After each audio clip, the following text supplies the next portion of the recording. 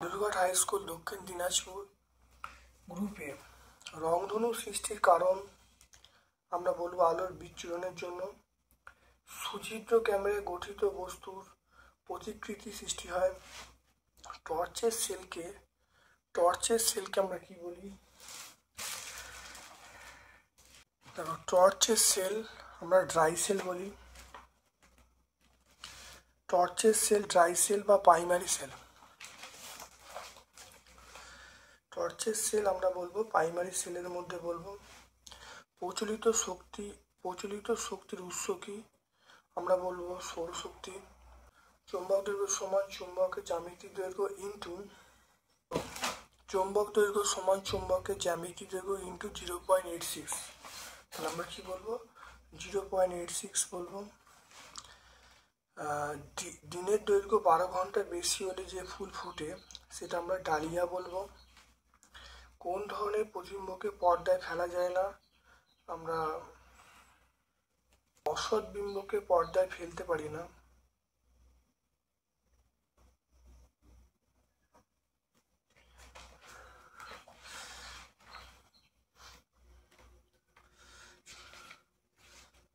দৈর্ঘ্য 12 ঘন্টা বেশি হলে গম, ভুট্টা, পালন, মূলো এগুলো ফোটে।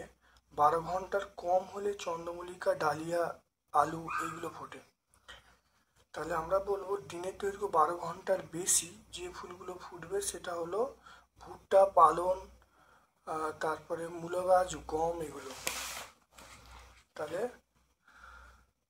আমরা এখানে ডালিয়া বলবো, এখানে আমরা পালন বলবো। দিনের দৈর্ঘ্য 12 ঘন্টার বেশি তাহলে আমরা পালন বলবো, আর দিনের দৈর্ঘ্য 12 ঘন্টার কম হলে আমরা কি বলতাম? ডালিয়া বলতাম। তাহলে 12 ঘন্টার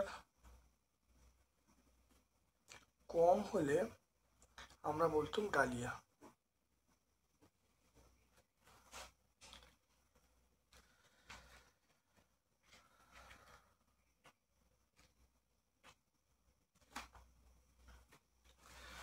তারপর দেখো এলইডির পুরো অর্থ কি দেখে নাও। এলইডির পুরো অর্থ লাইট এমিটিং ডায়োড। জনসংখ্যা বৃদ্ধির সঙ্গে সরাসরি যুক্ত দুটি বিষয়। বৃদ্ধির সঙ্গে যুক্ত দেখো বেশি খাদ্য উৎপাদন, বাসস্থান নির্মাণ, পরিবহন ব্যবস্থা এগুলো। এটা পেজ নাম্বার 65-তে পাবো, টেক্সট বই 65। নির্জল কোষে কোন শক্তিতে কোন শক্তি পাওয়া যায়? নির্জল কোষে আমরা পাবো রাসায়নিক শক্তি আমরা তড়িৎ শক্তিতে পাবো বা বিদ্যুৎ শক্তিতে পাবো। চৌম্বক অক্ষ কাকে বলে?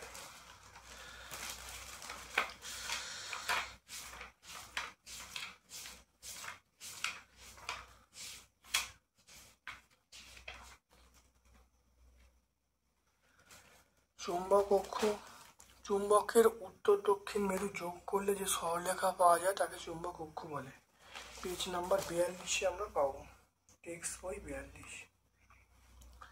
আলোর প্রতিফলন, তিনের থেকে চলে এসে আলোর প্রতিফলন কাকে বলে? প্রতিফলনের দুটো সূত্র লিখতে বলছি।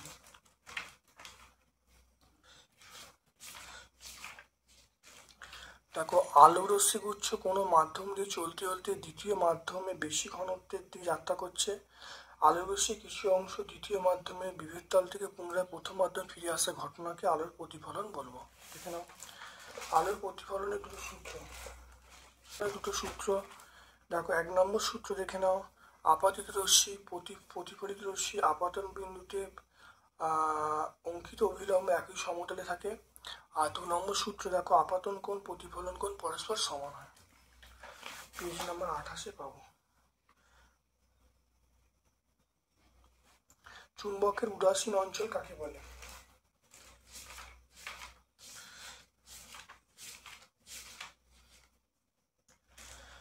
দেখে নাও, চুম্বকে যে স্থানে কোনো আকর্ষণ ক্ষমতা নেই তাকে উদাসীন অঞ্চল বলবো। তাহলে উদাসীন অঞ্চল এইটা।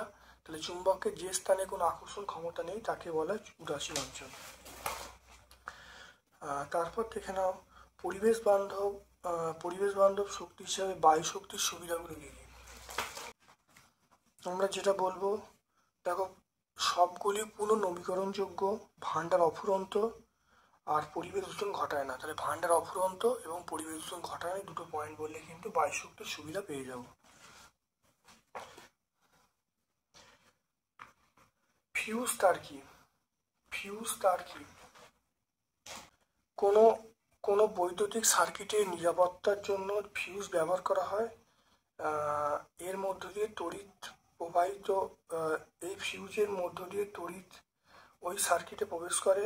ফিউজ খুব কম তাপমাত্রায় কিন্তু গলে যায়।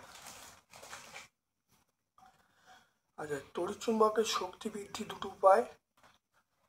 শক্তি বৃদ্ধির উপায়, 1 নম্বর হলো কুণ্ডলীর পাক সংখ্যা বাড়ালে, 2 নম্বর হলো বেশি তড়িৎ পাঠালে, 3 নম্বর হলো আরেক 3 নম্বর হলো চুম্বক পদার্থটির উপাদানের পরিবর্তন ঘটালে।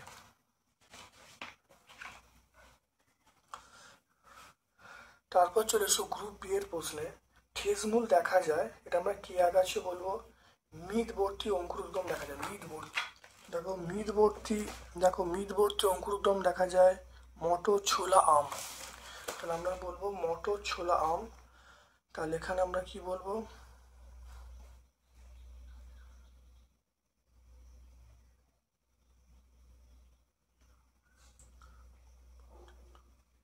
তাহলে এটা আমরা আম বলবো, আম বলবো। একক পত্র যৌগিক পত্র আলাদা করে, একক পত্র যৌগিক পত্র আলাদা করে কিভাবে চিনবে? পত্র, যে পাতার একটি মাত্র ফলক থাকে এবং ফলকের ধার সম্পূর্ণ খণ্ড থাকে না, তাকে একক পত্র বলবো, যেমন আম বলবো, জবা বলবো।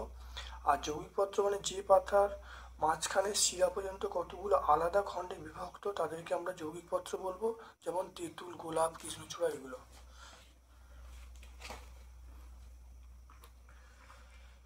জ্যাকবসন অর্গানের কাজ কি? জ্যাকবসন অর্গান সাপের দেখা যায়, এটা হলো পরিবেশ সম্পর্কে ধারণা অর্জন করার জন্য। আমরা এখান থেকে বলে দেবো, বিভিন্ন প্রাণী থেকে শুরু করে জানতে পারে পর্যন্ত বলে দেবো। Page number 213। আচ্ছা, কোষ পর্দাকে অর্ধবৃত্ত পর্দা বলা হয় কেন?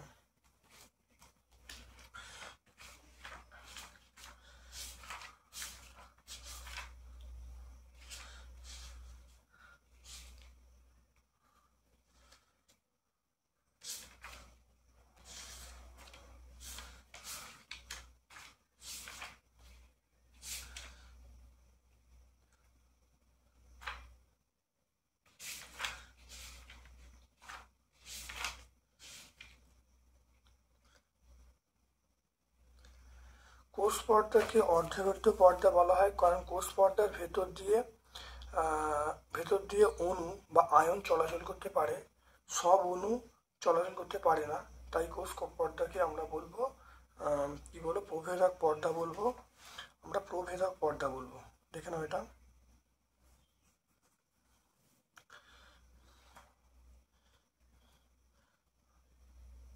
আর কোষ পর্দাকে আমরা কিন্তু অর্ধবৃত্ত পর্দা বলি। ব্যাপন অভিস্রবণের পার্থক্য লিখতে বলছে।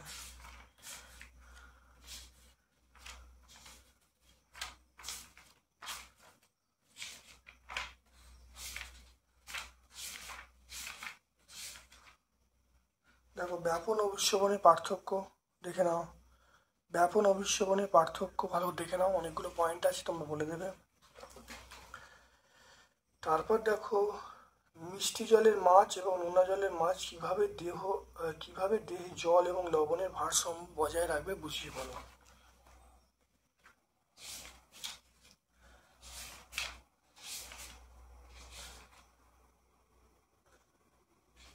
দেখে নাও, পুকুরের মাছ বা নদীর মাছ যে পদ্ধতিতে দেহের জলের ভারসাম্য বজায় রাখে তা হলো অসমো রেগুলেশন পদ্ধতির মাধ্যমে। পুকুরের বা নদীর স্বাদু জলের মাছের দেহে অভিস্রবণ চাপ কম থাকে, ফলে পারিপার্শ্বিক পরিবেশের অভিস্রবণ চাপ তুলনায় বেশি থাকে, ফলে মাছের দেহ থেকে জল ফলে মাছের দেহে জল প্রবেশ করে। আর দেহে জলের পরিমাণ বেশি রাখার জন্য মাছ কি করে, লঘুমূত্র ত্যাগ করে, ফলে অতিরিক্ত জল দেহ থেকে বাইরে বেরিয়ে যায় এবং ফুলকার মাধ্যমে জল থেকে আয়ন শোষণ করে দেহের ঘনত্বটা ঠিক রাখে। দেখে নাও ভালো করে, দেখে নাও পুকুরের মাছ কি করে আর সমুদ্রের মাছ কি করে। আমরা এই পয়েন্টগুলো বললেও কিন্তু উত্তর হয়ে যাবে। 226 পেজে। আজকে আমরা বালুরঘাট হাই স্কুল সলভ করলাম। ভিডিওটা প্রথম থেকে শেষ পর্যন্ত দেখো, অত্যন্ত কার্যকারী ভিডিও। আমার পক্ষ থেকে ধন্যবাদ এবং শুভ কামনা জানাচ্ছি।